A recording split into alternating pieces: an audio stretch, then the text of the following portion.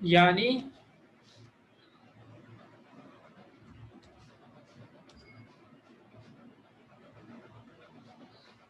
ان کو قوت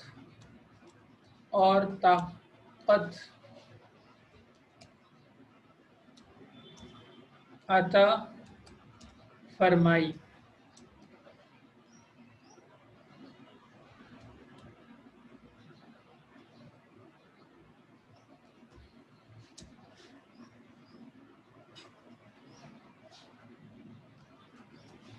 اور اللہ ہی ہے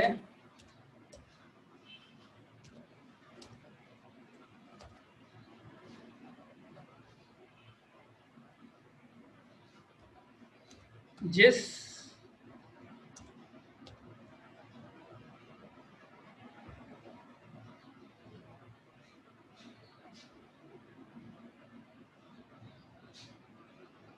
نے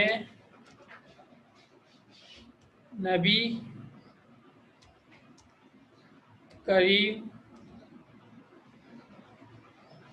یا جس نے مسلمانوں کے دلوں میں محبت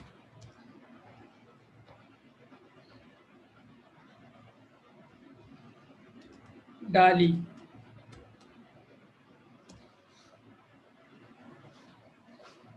اللہ ہی ہے جس نے مسلمانوں کے دلوں میں محبت ڈالی اور وہ نبی کریم صلی اللہ علیہ وسلم کے مطیع و فرما بردار بن گئے۔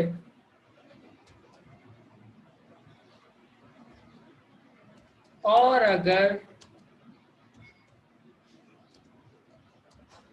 اللہ تعالی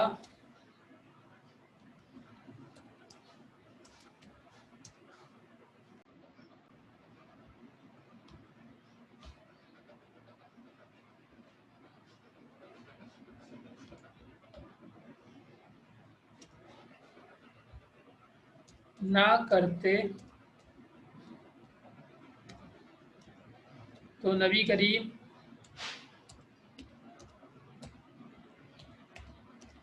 صلی اللہ علیہ وآلہ وسلم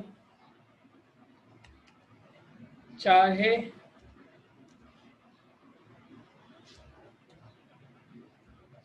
جتنا بھی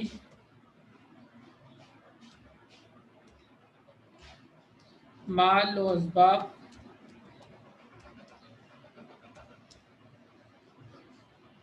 خرچ کر لیتے تب بھی ان کے دلوں میں محبت نہیں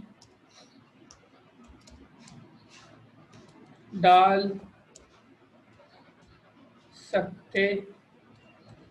تھے۔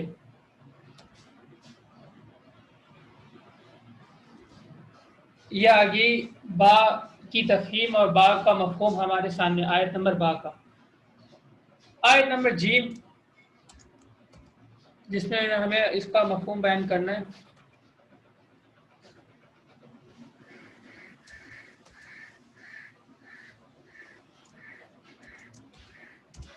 آیت آپ کے سامنے، یا ایھا النبی حسبک اللہ ومن اتبعک من المؤمنین۔ اس آیت میں اللہ تعالیٰ مومنوں کو اور نبی کریم صلی اللہ علیہ وآلہ وسلم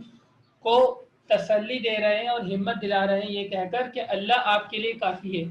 یعنی آپ کے مقابلے میں جتنی بھی بڑی جماعت آ جائے تو آپ یہ سوچیں کہ اللہ تعالیٰ سے بڑی کوئی قوت نہیں۔ جب اللہ تعالیٰ آپ کے ساتھ ہے تو جتنی بھی بڑی جماعت آ جائے، جتنے بھی زیادہ لوگ آ جائیں آپ کے مقابلے میں،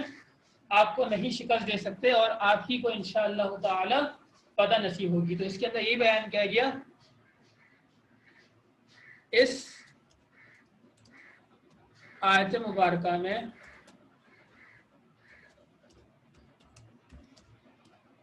اللہ تعالی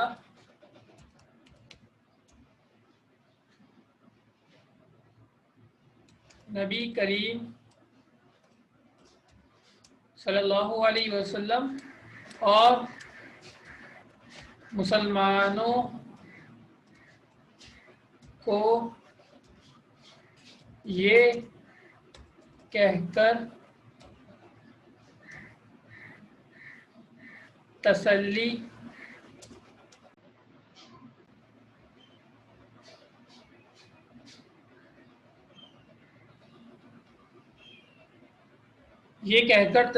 دے رہے ہیں کہ اللہ آپ کے ساتھ ہے،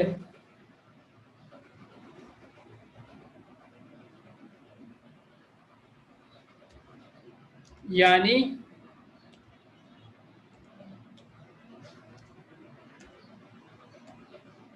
جتنی بھی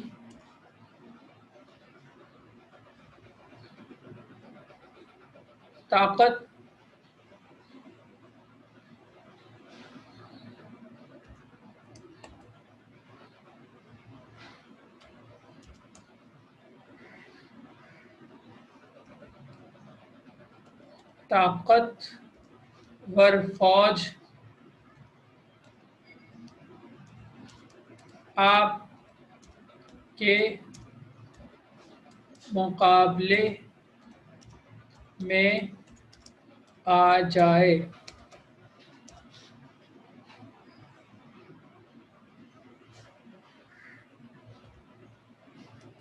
اللہ کی مدد و نصرت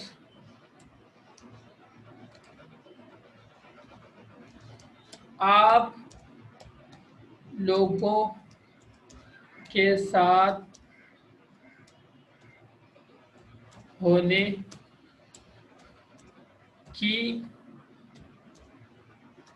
کی وجہ سے فتح اور کامیابی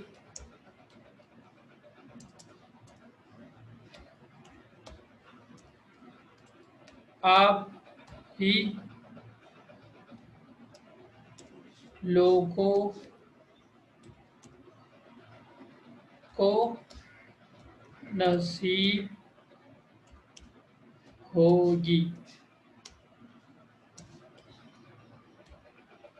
یہ آ گئی جیم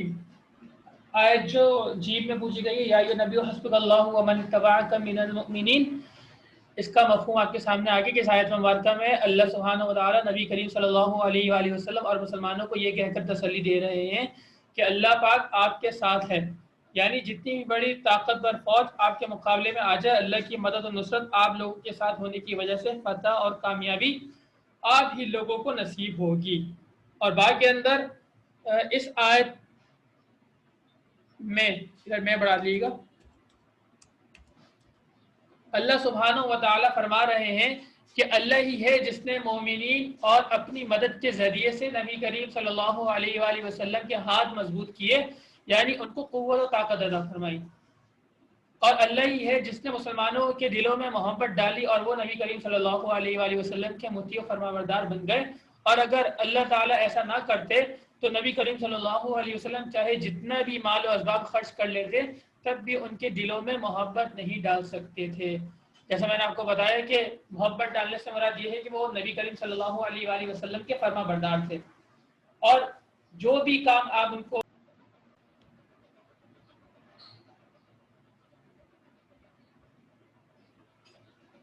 تو فوراً سے اس کو وہ کر گزرتے تھے، اور یہ کہ آگے سے کوئی سوال نہیں کرتے تھے. تو یہ جو محبت تھی اللہ تعالیٰ نے ہی دل میں ڈالی تھی، اور دنیا کے بڑے سے بڑے بادشاہ چاہے جتنا ہی مال اسباب اس کے لیے خرچ کر لیں، لیکن وہ اس طرح کی محبت نہیں ڈال سکتی کسی انسان کے دل میں جو صحابہ کے دل میں نبی کریم صلی اللہ علیہ وآلہ وسلم کے لیے تھی. تو یہ ہمارا جو ہے الدرس الثالث کا حصہ الف جو ہے وہ مکمل ہو گیا. تو یہ کر لیجئے گا، اس کی ویڈیو انشاءاللہ اپلوڈ میں کر دوں گا، اور جو چیز سمجھ میں نہ آئے تو وہ آگے پوچھ سکتے ہیں آپ. جزاکم اللہ خیر. السلام علیکم ورحمۃ اللہ وبرکاتہ.